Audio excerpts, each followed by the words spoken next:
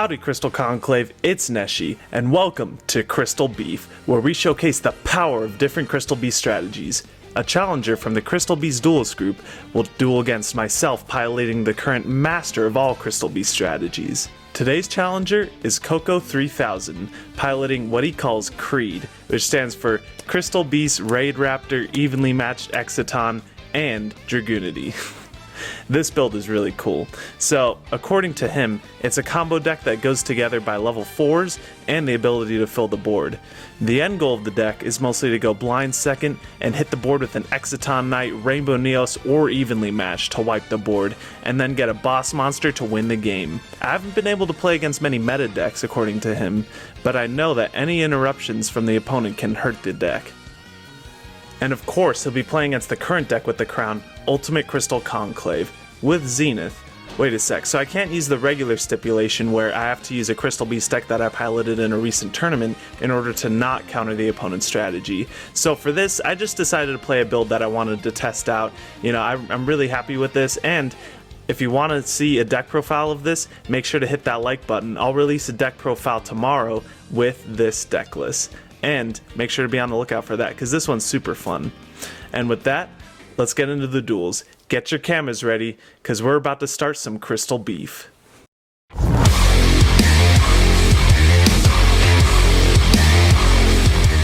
So, going into game 1, he opened up Raider's Wing, Harpy's Feather Dusters, Kage for a nice extender Dragon Ravine, and Dragunity Guisarme.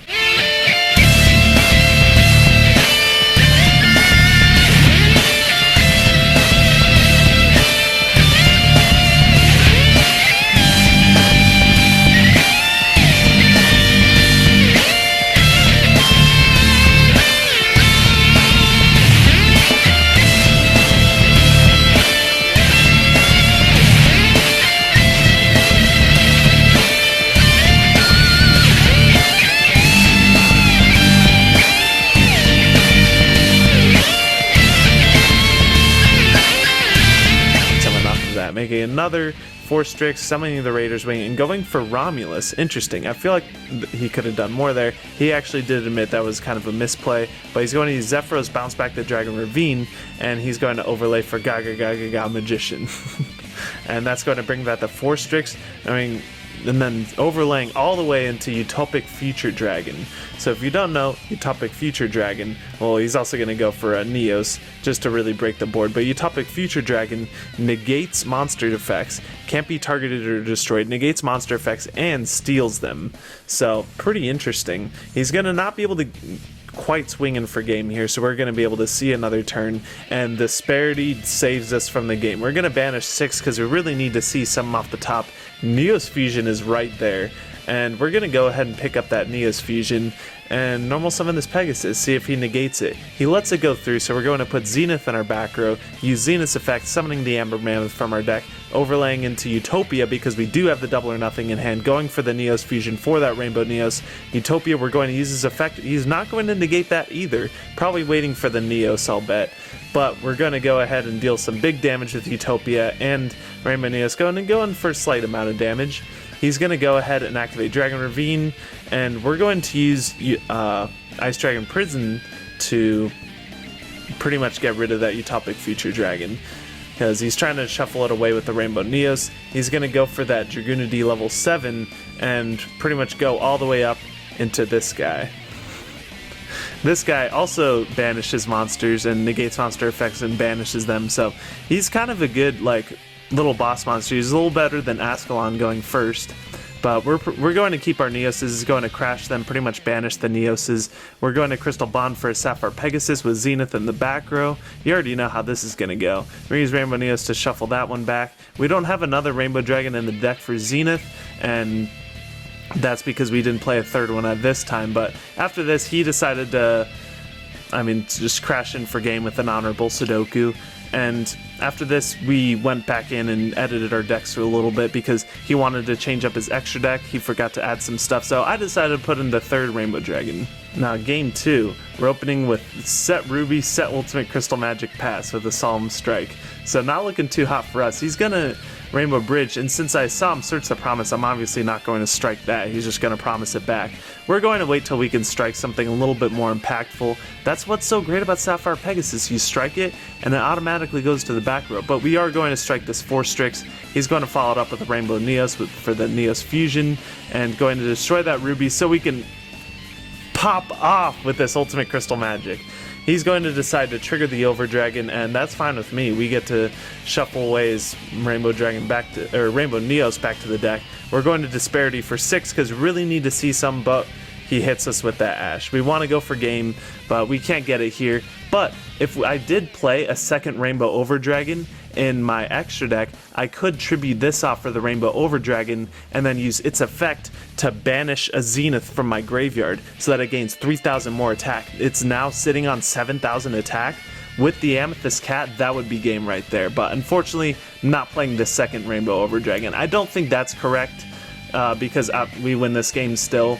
So I wouldn't play it in the future. Game 3. So this is a best of 5, so this could be it if he doesn't clutch this one out. He's going to Rainbow Bridge, go for Sapphire Pegasus, putting Zenith in the back row. Zenith is going to use his effect and go for Cobalt Eagle. He's going to overlay into 4 Strix. 4 Strix is going to use his effect for Singing Lanius.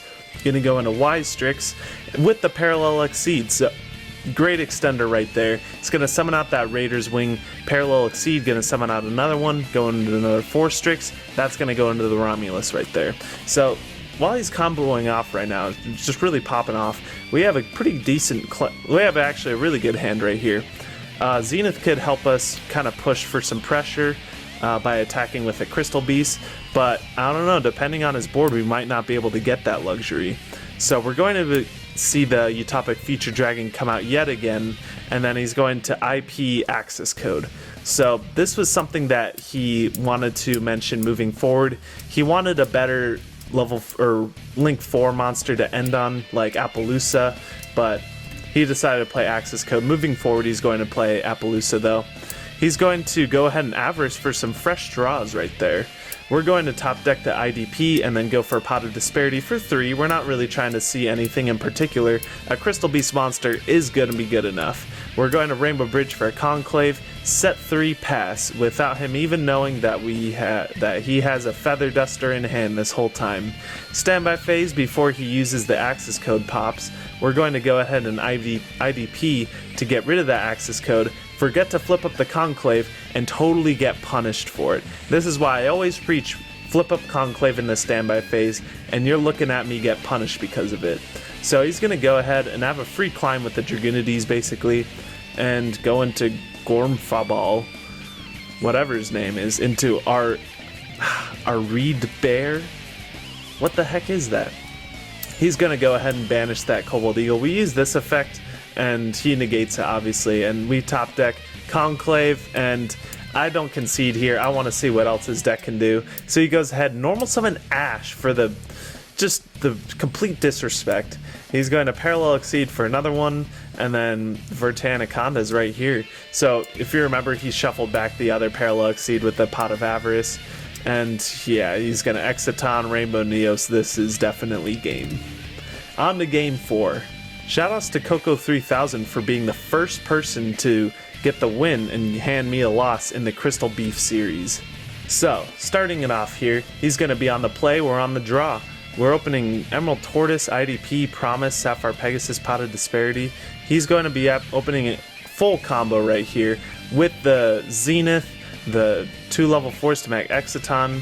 Oh wait, my bad. Did I say full combo? I meant Exciton Pass. It's a little unfortunate that it had to end that way, but you know, sometimes that just happens with combo decks. Exciton Pass, that's still something we have to beat through. Let's see if we can get it off. We're going to go for a Pot of Disparity, see what we can see off the top just for 3. 2 Rainbow Bridges, hey, that's not bad. We're going to go ahead and Rainbow Bridge off for a Bond, and we're going to activate Bond because we want to get some good combo potential off here. So we're going to put that Ruby in the back row, promise out that Ruby. Ruby's going to special summon out a Sapphire Pegasus. Sapphire Pegasus is going to put a Zenith in the back row.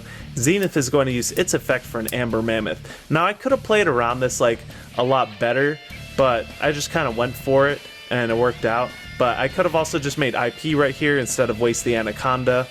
decide to swing in and go in for Daigusto Emerald. I wanted to keep my count below 7 so that he couldn't hit me with the Exciton Knight. We go ahead and make a Zeus. He's going to battle over, and Zeus is going to use its effect for an artifact Lancia under it.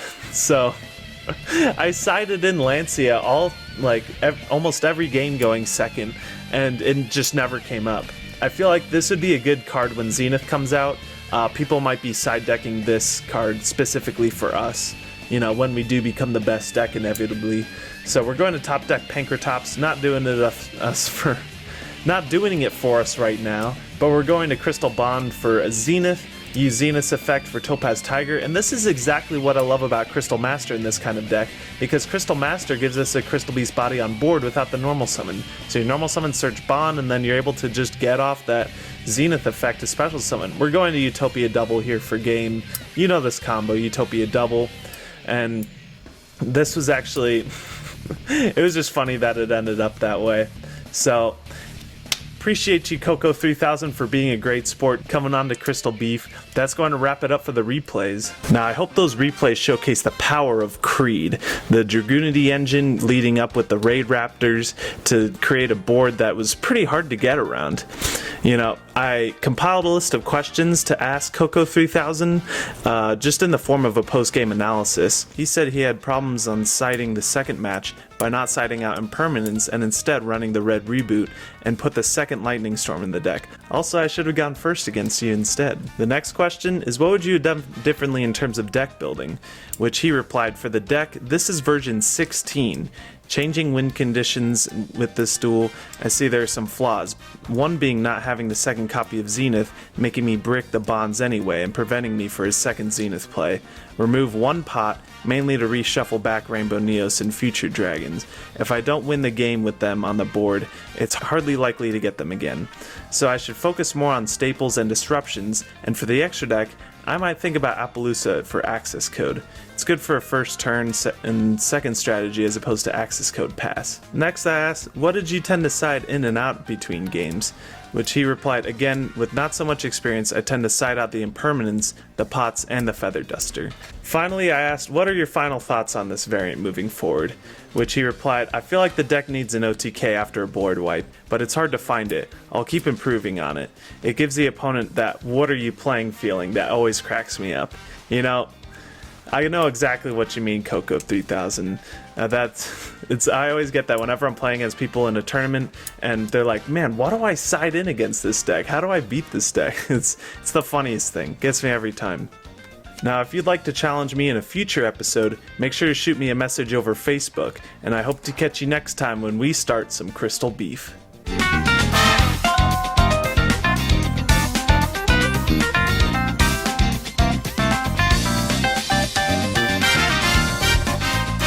I would argue he's advanced Crystal Beast more than anyone else has ever done in the history of Yu-Gi-Oh!